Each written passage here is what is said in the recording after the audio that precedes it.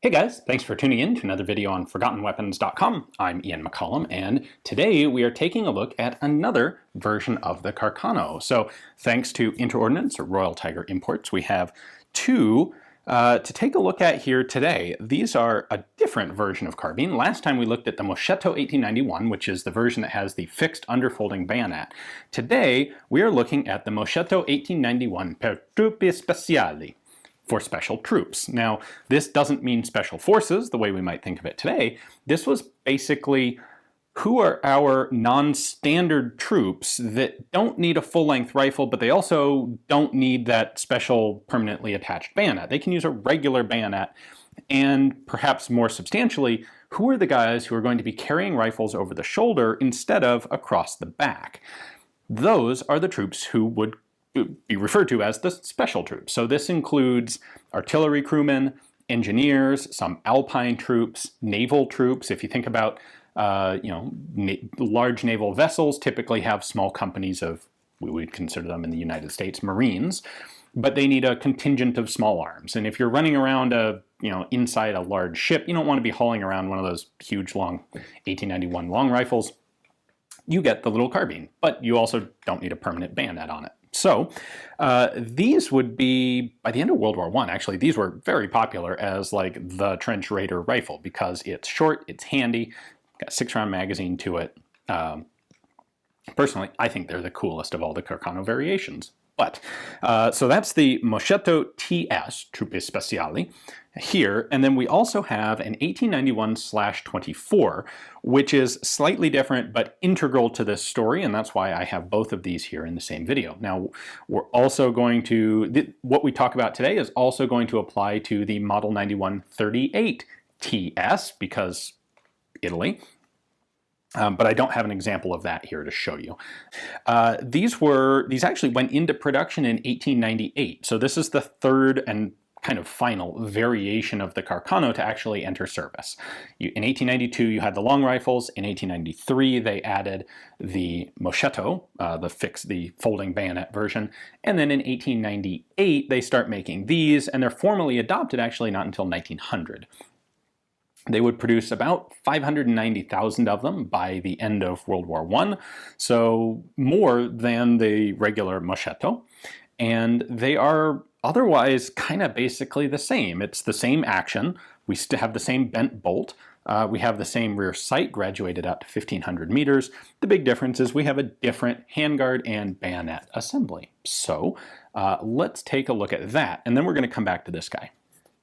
Now, with the 91 TS, the Italians do something kind of different and creative and kind of cool. By the way, this should have a cleaning rod in it, but this one doesn't. What they do is they go to a bayonet lug that is perpendicular to the barrel. So bayonet lugs are pretty much always parallel to the barrel, like this.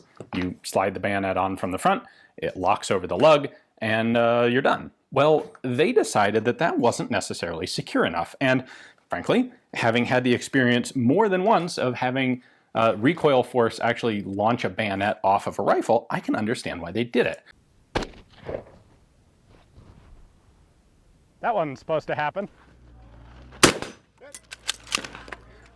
What they did was, instead of cut the groove for the bayonet lug this way, they cut it crosswise. And so the 91 TS bayonet has a cut there, and it actually has a push button on the back instead of the side. And what you would do is pop it onto the muzzle like this. You'll notice that there are 2 lugs here on the barrel. That's so that you can't pull this thing back too far, because your positioning front to back is critical. So you put it on there, and then you would just rotate it onto this bayonet lug, and it would snap in place. And the recoil from a light carbine bouncing back and forth is never going to pop that kind of bayonet off that style of lug. So in that way, that's actually pretty cool. Unfortunately, I don't have an example of the TS bayonet here to show you, but I think you get the idea. Beyond that, the gun's pretty much identical to the regular 91 Moschetto. We have the exact same rear sight because we have the same barrel length. So it's a 300 meter zero with this forward. It's a 450 meter zero with this backward. And then you've got range adjustments here from 600 up to 1500.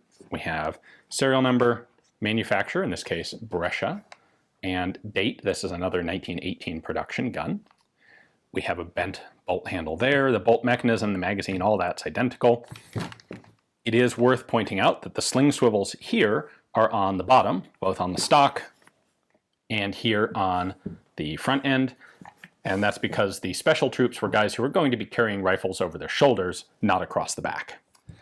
Okay, so that's the Moschetto 1891 TS. Now, after World War I, or at the end of World War I, everyone realizes, wow, these carbines are cool and handy, and maybe we should be giving them to a lot more people. But they didn't actually start making more of them. Instead, they looked at, well, we've got that weird bayonet thing, and let's come up with some plans in 1920 to adapt regular bayonets to these. So they design a new front barrel band that will take a standard bayonet. And by 1923, they have rules in place of, we've now run out of these fancy bayonets, so if a gun, if you need one, take the gun, retrofit it to use a standard bayonet. But they're still not making them. These actually don't go back into production until 1928. And the reason is they look at their stocks of rifles and go, well, we've got a ton of these long rifles and we don't want a long, we want carbines. So why don't we, in order to fill the need for more of these, which is growing as they continue to adventure in colonial Africa, in order to fill that need, why don't we just take long rifles and cut them down? And that is where we get the 91 24, which is this model. So this is basically identical in configuration. It has the exact same barrel length, which is, by the way, 455 millimeters or 17.9 inches. The one obvious distinguishing feature about these is that they have a rifle rear sight base. So this has a very long rear sight where this guy has a short one. They do actually regraduate it down to 1500 as well, but we'll look at that up close in a moment. They take the long guns and they just cut them down. And this works great for about 4 years. By 1928, they've run out of long guns that they really want to cut down, and so they start manufacturing new 91 TS Moschettos, carbines. And they do it using the bayonet or the front end hardware that they've adapted for the 91 24s. So let me show you those details up close. So here's our main distinctive difference, and that is the long rear sight base. However, you can see that the top end of that sight adjustment is still 15. So they took the original markings on the rifle rear sight bases, ground them off, and remarked them to fit the ballistics of this shorter barrel. You'll notice that the rear sight here is no longer at the end of the leaf. It's been moved to right there. So 300, 450, well, 450 like that. And then our adjustments out to 1500. The unique mark that you will find on the 91 24s is this oval marking, and it'll be stamped over the original date. So this was originally an 1897 production gun, and then we have a mark from the Terni Arsenal because they did all of these conversions, and right in the middle there you'll see a 27 that indicates that this rifle was converted in 1927. The rifle it was converted from was made at Torre Annunziata. In theory, you'll find 91 24s from all the different arsenals that produced M91s. These were just rifles basically converted at random, taken from stocks of guns that were particularly worn and needed to be serviced anyway. Now, in order to reuse hardware from the rifles, mainly the nose cap and the barrel band here, instead of going in and making a new nose cap like this, they modified the stock and set it up to reuse this existing hardware. So these all came with a bayonet lug that would fit the standard M91 bayonet, just like so. And because they came from long rifles, they had bottom-mounted sling swivels. However, over the course of these conversions and their issue and use, they realized that some of the guys who were getting these did actually really want to carry them over the back. And so they modified a lot of these guns, or changed their sling hardware to include side mounts as well as bottom mounts. So there's the barrel band. And then on this particular one, we have the original bottom-mounted sling swivel, and then we have a sling bar that has been added as well. So if you're really a stickler for detail, this is a fairly confusing rifle. There's a lot to take in with this one. You start with the early style of nose cap assembly. You then go to the one that takes the standard bayonet. You then go to the 91 24s that have a barrel band and a nose cap. separately. And then after they run out of rifles to convert, they go back to manufacturing 91s, but they do it with this assembly, and that'll last until 1938.